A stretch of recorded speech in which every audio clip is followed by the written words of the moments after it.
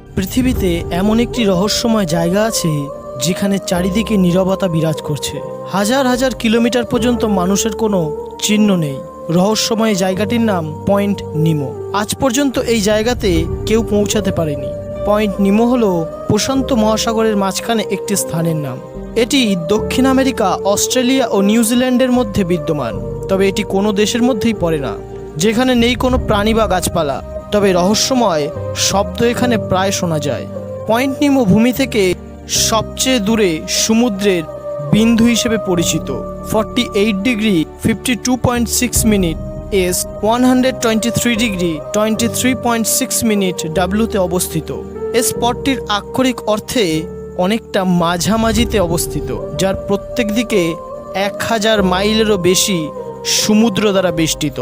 এই মেরুর সবচেয়ে কাছের ল্যান্ডমাসগুলি হলো উত্তরের পিটকেয়ারের দ্বীপপুঞ্জের একটি, উত্তর পূর্বের ইস্টার দ্বীপপুঞ্জের একটি ও দক্ষিণ আন্টার্কটিকার উপকূলের দ্বীপ একটি। পয়েন্ট নিমোর কাছাকাছি কোথাও মানুষের বসবাস নেই। এই কারণেই বিজ্ঞানীরা স্থানটির নাম ল্যাটিন ভাষায় নিমো রাখেন, যার অর্থ কেউ না। বিবিসি নিউজ অনুসারে আন্তর্জাতিক মহাকাশ স্টেশনে থাকা নভোচারী যে কোনো সময় পৃথিবী পৃষ্ঠের প্রায় 258 মাইল দূরে থাকে। সেই ক্ষেত্রে বলা যেতে পারে পয়েন্ট নিমোর সবথেকে কাছের জনবসতিপূর্ণ এলাকাটি হলো মহাকাশ স্টেশন।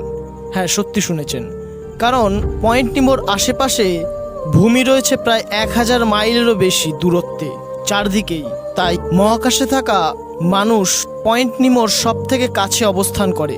পৃথিবীর সবচেয়ে দূরবর্তী স্থান, এমনকি যে মানুষটি প্রথম পয়েন্ট নিমোর সুনির্দিষ্ট অবস্থান গণনা করেছিলেন, তিনি কখনো এটিকে পরিদর্শন করেননি। 1992 সালে ক্রোয়েশিয়ান প্রকৌশলী লুকাতেলা প্রশান্ত মহাসাগরের সঠিক বিন্দু খুঁজে বের করার জন্য যাত্রা করেছিলেন কম্পিউটার প্রোগ্রাম ব্যবহার করে। হঠাৎ করেই তিনি ভূমি থেকে সবচেয়ে দূরে নিমো নামক স্থানটির খোঁজ পান। ইস্টার দ্বীপপুঞ্জের মোটু নুই হল পয়েন্ট নিমোর সবচেয়ে কাছের ভূমি, যদিও এটি উত্তরে 1000 মাইলেরও বেশি দূরে অবস্থিত। এলএফসি নিউজ অনুসারে এই প্রোগ্রামটির স্থানাঙ্ক গণনা করেছিলেন, যা 3টি সমুদ্রবর্তী ভূমির স্থানাঙ্ক সবচেয়ে সর্বাধিক দূরত্ব ছিল। ধারণা করা হয় এখনও পর্যন্ত কোনো মানুষ কখনোই পয়েন্ট নিমোর সঠিক স্থানাঙ্কের মধ্যে দিয়ে যায়নি। পয়েন্ট নিমোর স্থানাঙ্কগুলো দক্ষিণ প্রশান্ত মহাসাগরীয় গায়ের মধ্যে পড়ে, যা হলো একটি বিশাল ঘূর্ণমান স্রোত, যেখানে বিশুদ্ধ জলেরও উৎস নেই। ফলে কোনো খাদ্যের উৎস ছাড়া সামুদ্রিক এই অংশে বেশিরভাগ জীবন টিকিয়ে রাখা অসম্ভব। যদিও এটি বলার অপেক্ষা রাখে না যে এই অঞ্চলে কিছুই বেঁচে নেই। বিজ্ঞানীরা পয়েন্ট নিমোতে সামুদ্রিক তলের আগ্নেয়গিরির ভেন্টের কাছে বসবাসকারী বেশ কয়েকটি ব্যাকটেরিয়া ও ছোট কাঁকড়া নথিভুক্ত করেছেন। 1997 সালে বিজ্ঞানীরা সবচেয়ে বেশি অবাক হয়েছিলেন যখন তারা সমুদ্রের 3000 মাইলেরও বেশি দূরের জলের নিচে মাইক্রোফোনের মাধ্যমে এই শব্দটি ধরা পড়ে। আমেরিকার NOAA এর বিজ্ঞানীরা জলের নিচে এত বড় আওয়াজটি কিসের হতে পারে তা খুঁজে বের করতে ব্যর্থ হন, আর এই রহস্যময় শব্দের নাম দেন দ্য ব্লুপ। পরে অবশ্য জানা যায় দ্য ব্লুপ ছিল আন্টার্কটিকার বরফ ভাঙার শব্দ। বর্তমানে পয়েন্ট নিমোর আশেপাশের এলাকাটিকে স্পেসশিপ গ্যাভিয়ার্ড হিসেবে বেছে নেওয়া হয়েছে। যেহেতু স্বায়ত্তশাসিত স্পেসশিপগুলি পৃথিবীর বায়ুমণ্ডলের জন্য ভালো নয়, তাই বিজ্ঞানীরা এমন একটি এলাকা নির্বাচন করেন যেখানে কোনো মানুষ বসবাস করে না ও উড়ন্ত মহাকাশের ধ্বংসাবশেষেরও যাতে কোনো ক্ষতি না হয়। এই কারণে পয়েন্ট নিমোতে তারা স্পেসশিপের কবরস্থান বানিয়ে নেওয়ার কাজটি শুরু করেছে।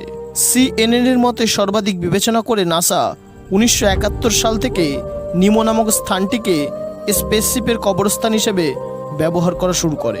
এরপর রাশিয়ার মির স্পেস স্টেশন ও নাসার প্রথম মহাকাশ স্টেশন স্কাইল্যাব সহ বিশ্বের সেরা কিছু মহাকাশযানের 263টিরও বেশি আবর্জনা এই অঞ্চলে বিধ্বস্ত হয়েছে। এমনকি 2031 সালে যখন আন্তর্জাতিক মহাকাশ স্টেশন বিধ্বস্ত হবে, তখন সেটির ধ্বংসস্তূপও ফেরাতে হবে এই পয়েন্ট নিমোতে। Thanks for watching this video. ভালো লাগলে ভিডিওটি অবশ্যই লাইক করবেন এবং বন্ধুবান্ধবদের এমন ইনফরমেশন ভিডিও পাইয়ে দেওয়ার জন্য শেয়ার করুন।